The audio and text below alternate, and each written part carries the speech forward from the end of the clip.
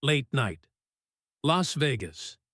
A restaurant built for noise, filled with people who expect to be seen. Dean Martin isn't there for any of it. No spotlight. No table near the stage. He sits in the back, coat still on, asking only for quiet. Across the room, a young waiter takes his first steps through a real shift. New uniform, new hands that haven't learned calm yet. A cup of coffee trembles slightly on the tray. Then it happens. Someone stands up too fast. A shoulder clips an elbow. Hot coffee spills across Dean Martin's jacket, across the table, down toward his knees. The room freezes. This is the moment people wait for. The raised voice. The public humiliation. The kind of scene that costs a young man his job before the night is over. The waiter goes pale. He already knows how this ends. Dean Martin looks up. And instead of anger, instead of jokes, shouting, or silence, he says one quiet sentence. A sentence so ordinary, so unexpected, that the tension doesn't break. It collapses. Some people later swear they saw tears at nearby tables. But what no one in that room understands yet is that this isn't the story. The real impact of that sentence won't be felt tonight. It will come later, in private, and it will change a life forever. Let us know where you're watching from, and we hope you enjoy the story. Las Vegas had a way of swallowing noise without ever becoming quiet. Late evening, end of the decade, the restaurant off the casino floor hummed with low conversation, cutlery touching porcelain, cigarette smoke settling into velvet curtains that never fully lost the smell. It was a place where famous men were expected to be seen, and where some of them learned how to disappear in plain sight. Dean Martin arrived alone. No entourage, no announcement, no pause for recognition. He took the long way around the room, nodding once to the hostess, choosing a small table pushed back near the wall where the light didn't quite reach his face. His coat stayed on. He didn't scan the room. He sat the way working men sit when they're tired, carefully, without drawing attention to the fact that their body knows more about where than it lets on. The waiter assigned to the section noticed him immediately. Not because he was famous, but because something in the way the man sat made the air feel heavier. The waiter's name was Thomas Hale, 22. First week on the job. His hands still hadn't learned how to stop shaking when he carried a full tray. 2 days earlier, he'd been written up for dropping a fork during the lunch rush. One more mistake, and the manager had made himself clear. There were plenty of men looking for work. Thomas poured the coffee slowly, watching the dark liquid bloom against the white cup. The smell rose sharp and familiar, reminding him of nights overseas when everything tasted burnt, and nothing ever felt finished. He placed the cup down with care and turned to leave. That was when the man at the neighboring table stood too fast. A chair scraped. A voice caught in its own excitement. "Hey!" Someone had recognized Martin. The sudden movement clipped Thomas's elbow. The tray tilted. For a fraction of a second, the cup hovered, obedient to no one. Then it fell. Coffee splashed across the table onto Martin's sleeve, onto the white linen that had been ironed that morning. The sound was small, porcelain ringing once, then stopping. But the room felt it. Conversations thinned. Forks paused halfway to mouths. Someone laughed and stopped when no one joined. Thomas froze. He didn't swear, didn't gasp. His mouth opened, but nothing came out. He could feel his pulse in his throat, loud enough that it seemed impossible no one else heard it. He saw the manager at the far end of the room already moving, jaw set, steps quick and practiced. This was how people got fired. Not with yelling, with walking. Dean Martin didn't move. He looked down at the coffee spreading into the cloth, then at the sleeve of his jacket, darkened at the cuff. He reached for a napkin, slow enough that the pause began to stretch. Too long. Long enough for the silence to become uncomfortable. Long enough for Thomas to think of the letter his mother had sent last week, asking when he'd be home. Martin dabbed the fabric once, then again. He looked up at Thomas, finally. "You all right?" he asked. The words were quiet. Not a joke. Not a performance. Just a question, placed gently, as if it belonged there. Thomas nodded too fast. I'm sorry, sir." Martin shook his head once. "Barely. It's just coffee." The manager stopped a few steps away, caught between relief and confusion. The room exhaled, but not fully. Something had shifted. The moment that should have turned sharp, simply didn't. Martin reached into his pocket, pulled out a bill, folded it without looking. "Bring another when you've got a second," he said. "No rush." Thomas stood there for a heartbeat longer, then moved, legs unsteady, breath shallow. Behind him, the restaurant returned to itself, voices rising, chairs scraping back into place. But the tension lingered like steam above a cup that had stopped shaking but hadn't gone cold. Dean Martin sat back, eyes on nothing in particular, sleeves still damp. He didn't smile. He didn't look around for approval. He just waited. The dining room slowly found its rhythm again, but the moment didn't truly end when the plates began to move. It followed the manager as he retreated behind the swinging doors, followed Thomas as he rinsed his hands too long at the service sink, followed Dean Martin even after he finished his meal.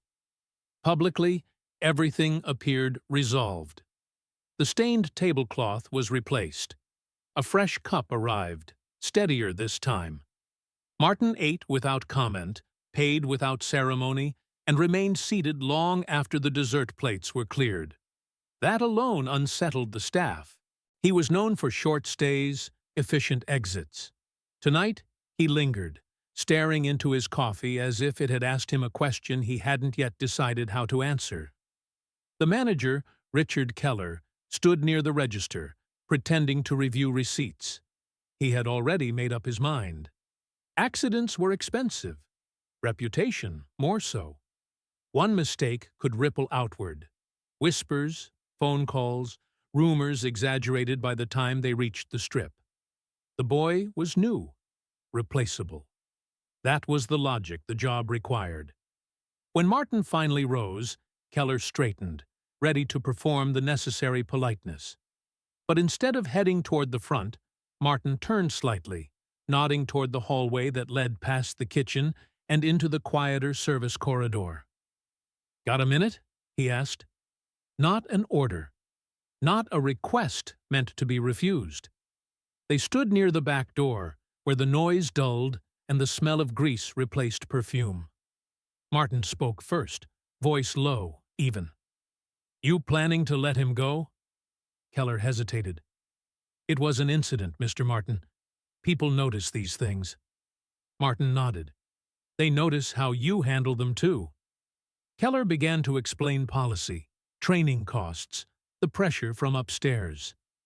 Martin listened without interrupting. His face didn't harden. If anything, it seemed tired. The expression of a man who had heard these arguments before, long ago, when they'd been used on him. "I waited tables once," Martin said finally. "Loaded trucks, sold cards, jobs where you learn quick or you're gone." He looked at Keller then, not sharply, but directly. "That kid didn't spill coffee. Someone knocked him." Keller shifted his weight. "Still my call." "For now," Martin replied. He reached into his jacket, not for money this time, but a cigarette he never lit. "If he's gone tomorrow, I won't be back, and I won't be quiet about why." The words landed without force. No threat, no raised voice, just a fact, stated plainly, like weather. Keller understood exactly what that meant. Martin's absence would be noticed by regulars, by owners, by men who measured success in filled rooms and steady names on reservation lists. "I'm not asking you to do me a favor," Martin added. "I'm asking you not to punish someone for being in the wrong place when someone else stood up too fast." There was a pause, long enough for the hum of the refrigerator to feel loud. Keller nodded once. "He stays."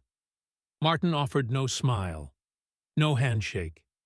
He simply turned back toward the dining room, collected his coat, and left through the side exit, disappearing into the warm Nevada night without so much as a glance over his shoulder. Inside, Thomas finished his shift, unaware of the conversation that had just altered his future. He folded napkins, wiped counters, waited for the inevitable call to the office that never came. By closing time, the restaurant was empty, and Dean Martin was already gone, not seeking thanks, not leaving a story behind, just having quietly decided where a line should be and standing there long enough to make sure it held. Thomas expected consequences to arrive late. That was how it usually happened. Not during the moment itself, not while adrenaline still had a job to do, but days later, when the room was quiet, when no one was watching, when a manager called your name without raising his voice. He worked through the next shift with that certainty sitting in his chest, heavy and patient. Every clink of glass sounded like warning. Every glance from the floor supervisor felt provisional. Nothing happened. No office door opened. No clipboard appeared. The week moved forward as if the coffee had never fallen, as if the silence that followed it hadn't bent the room out of shape. Thomas kept his head down, showed up early, stayed late. He learned the angles of trays, the rhythm of tables, the quiet economy of motion that separated men who lasted from those who didn't. On the fourth day, Keller asked him to step into the office. Thomas closed the door behind him and stood. He didn't sit unless told. The chair remained untouched. "You're doing fine," Keller said, scanning a sheet of paper Thomas couldn't see. "That incident the other night. We're putting it behind us." Thomas nodded, unsure how to respond. Relief didn't rush in. It waited, cautious. "There's something else," Keller added. He opened a drawer, removed a plain envelope, thick enough to be noticed. "This was left for you." Thomas took it without opening it. Cash had weight. He could tell. "It wasn't meant to come through payroll," Keller said. "No names attached." Later, in the locker room, Thomas counted it twice. Then a third time. It was more money than he made in a month. Folded inside was a note written in careful block letters. "For the trouble. Pass it along when you can." He sat there longer than necessary, the bench cold beneath him, trying to understand the logic of it. Tips were one thing. This was something else. The next afternoon, Keller called him back. This time, the door stayed open. "There's more," Keller said. "Part of that money went somewhere else. Your father's account." He paused. "The hospital balance. It's been cleared." Thomas felt the air leave his lungs, slow and silent. He hadn't spoken about that to anyone at work. The bills came in envelopes he hid beneath his bed. He nodded again, because it was the only motion available to him. "I wasn't supposed to tell you," Keller said, "but I figured you'd want to know." "Who?" Thomas stopped himself. The answer felt obvious and impossible at the same time. Keller looked past him, toward the dining room. "He came back the next day," he said. "Didn't eat. Just asked if you were still on the schedule." That night, Thomas walked home instead of taking the bus. He needed the distance. The city felt different, less sharp, less intent on reminding him of where he stood. He understood then that the coffee hadn't mattered. Not really. It hadn't been about a spill or a mistake or even mercy. It had been about a moment when someone decided another man didn't need to be reduced further than he already was. Thomas didn't cry. He stood in his kitchen, counting the seconds between breaths, letting the meaning of it settle where it would. Dignity, he realized, wasn't loud. Sometimes it arrived folded in an envelope, unnamed, asking nothing in return, except that you remember what it felt like to be seen when you thought you were about to disappear. Time did what it always does to moments that feel too sharp to forget. It softened their edges without erasing their weight. Months passed. Then years. The restaurant changed menus, replaced carpets, cycled through managers who spoke the same language with different voices. The incident with the coffee became a faint internal reference, mentioned only when training new staff on how quickly things could go wrong. Thomas stayed. Not out of loyalty, not out of gratitude, but because staying felt like the honest thing to do. He worked steadily, earned trust, learned when to speak, and when silence carried more value. The envelope was never mentioned again. He never tried to return it. Some gifts came with conditions that weren't written down. It wasn't until a slow afternoon shift, nearly 2 years later, that the shape of the story changed. An older bartender, a man who'd worked the room back when Sinatra still ordered without looking at the menu, lingered near Thomas's station while polishing a glass that didn't need it. "You ever wonder why Keller backed off that night?" he asked casually, as if talking about weather. Thomas shrugged. "Didn't think about it much." The bartender smiled thinly. "That figures." He waited, then added, "Martin did the same thing once before. Different place, different kid. Same outcome." Thomas looked up. The bartender continued, choosing his words carefully, not dramatic, almost reluctant. A dishwasher years earlier. A busboy before that. Always quiet. Always handled off the floor. Money left without names. Conversations held where no one could overhear. And always the same condition delivered afterward. No stories, no thanks, no press. He hated being used as an example, the bartender said. Didn't want it turning into theater. That night, Thomas replayed everything with new restraint. The pause before Martin spoke. The way he'd waited for the manager rather than summoning him. The folded bill, handled without display. None of it had been spontaneous. It had been deliberate, practiced. A pattern. Weeks later, Keller confirmed it without meaning to.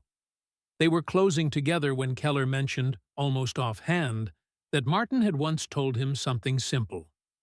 "If this ever becomes a story, I'm done helping." No interviews, no acknowledgement, not even a quiet thank you passed through intermediaries. Thomas understood then what had truly been offered. Not protection, not charity, but trust. The trust that the act would remain what it was, unclaimed and untraded. It left him uneasy. He wanted to write a letter, to say something, anything. But every version felt wrong the moment he imagined it being read. Gratitude would have shifted the balance. Explanation would have cheapened it. Even silence carried responsibility now. He realized that telling the story, even privately, would fracture its intent. The value wasn't in what had been done, but in the absence of ownership afterward. So Thomas did nothing. He carried the knowledge instead, quietly, the way men carried things then. It altered how he watched people, how he intervened, how he understood restraint. Martin hadn't wanted to be remembered for the act. He'd wanted it to vanish into the ordinary, where decency belonged. And that, Thomas came to see, was the harder legacy to protect. By the middle of the next decade, Thomas Hale no longer carried plates. Life had moved him somewhere quieter, somewhere without uniforms or time cards. He ran a small repair shop on the edge of Henderson. Nothing ambitious, just radios, appliances, the kinds of things people didn't throw away yet. He knew his customers by name. He closed early on Sundays. His hands were steady now, marked by work that belonged to him. The night he saw Dean Martin again, he wasn't looking for him. It was a pharmacy just off the highway. Fluorescent lights, a short line, no music. Thomas stood reading the label on a bottle he didn't really need, letting time pass. That was when he noticed the man at the counter arguing gently with the clerk about a prescription mix-up. No raised voice, no irritation, just persistence worn smooth by age. The shoulders were narrower, the hair thinner, but the voice unmistakable. Thomas felt something tighten behind his ribs. Years collapsed without warning. He watched from a distance, unsure whether to move closer or leave altogether. When the clerk finally nodded and disappeared into the back, Martin turned, scanning the room absently. Their eyes met. Recognition came to Martin first. Thomas saw it register. Not surprise, but certainty. He smiled once, small and brief, like someone acknowledging an old debt that had already been settled. "Coffee," Martin said, as if continuing a conversation they'd never finished. Thomas laughed, despite himself. "Yes, sir." They stepped outside together, the desert air dry and mild. Cars passed. No one slowed down.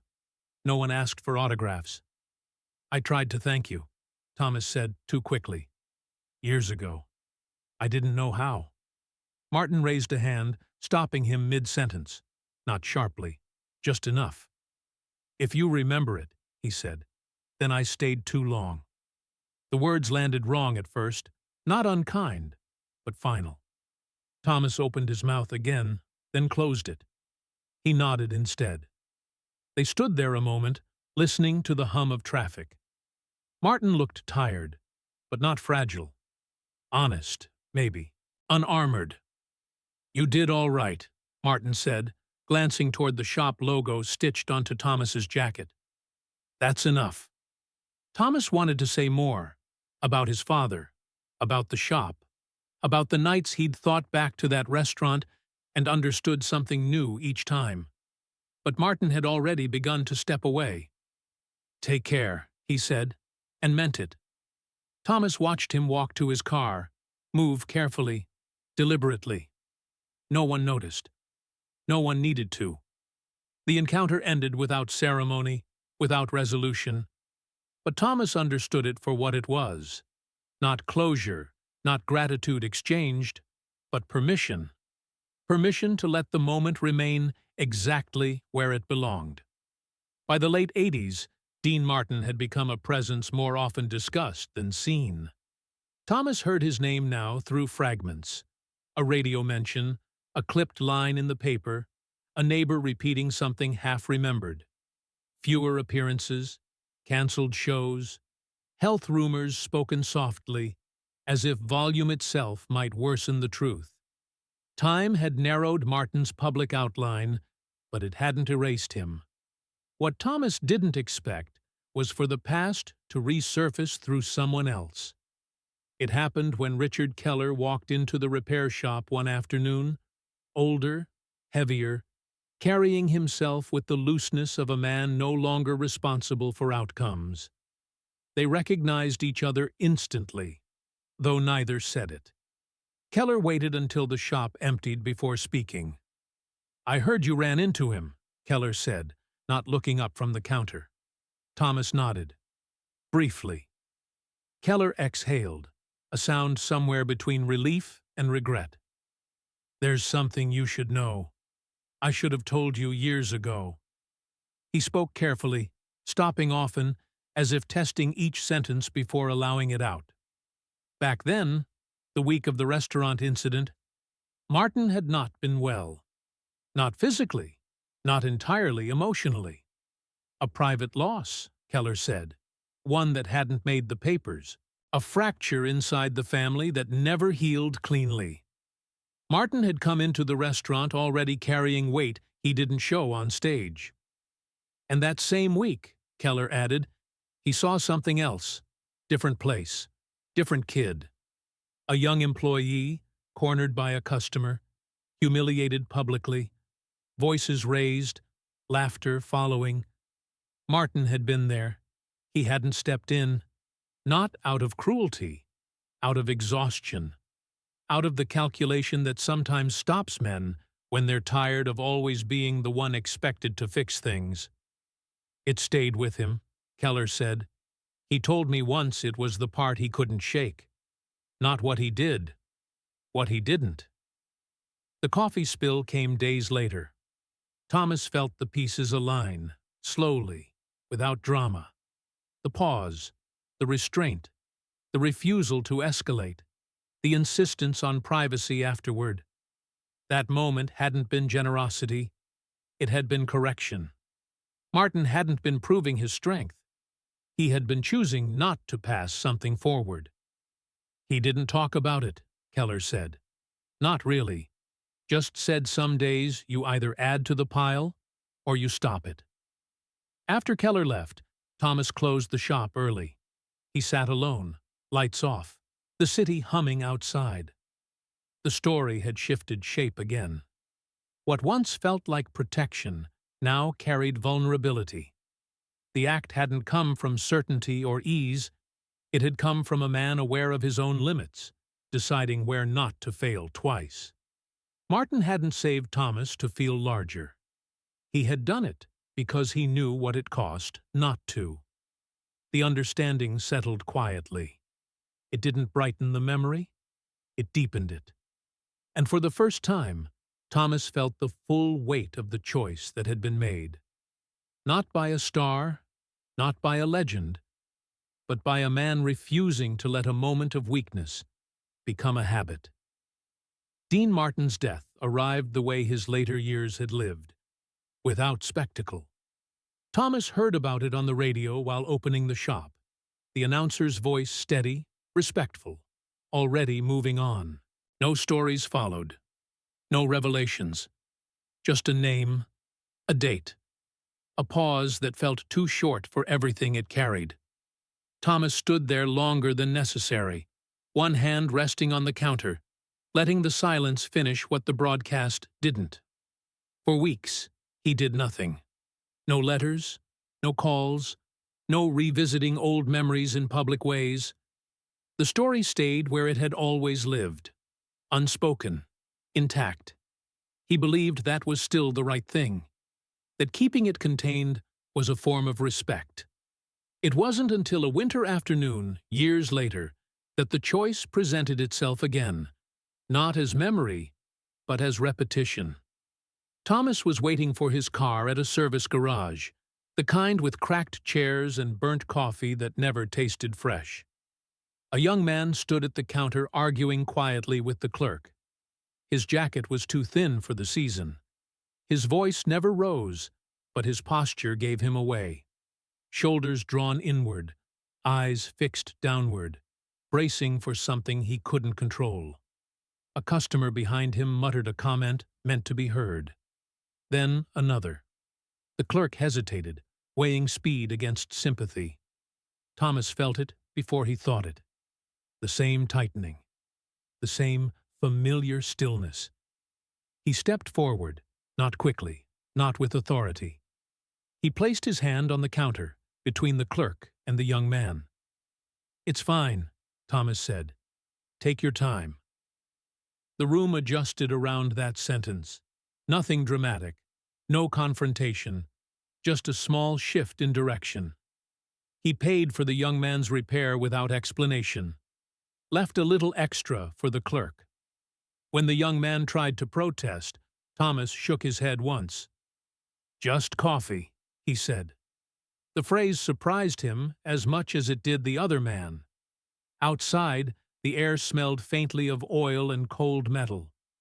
The young man stood uncertainly, hands trembling as he folded the receipt. "Thank you," he said, quietly. Not loudly enough to turn it into something else. Thomas nodded. "You're all right," He watched the man leave, posture easing as distance replaced pressure. No one else noticed. No one needed to. That evening, Thomas went home and made coffee the old way, slow and deliberate. The smell filled the kitchen, warm and familiar. He sat at the table without the radio on, without the lights too bright. He understood then that the story had never belonged to him. Not to tell, not to keep. It belonged to the space between moments, to the decision not to let harm continue simply because it was easier to stay silent. Dean Martin had never asked for legacy. What he left behind wasn't a lesson or a rule. It was a pause, a choice, a refusal to add weight where there was already enough. And that, Thomas knew, was how things lasted.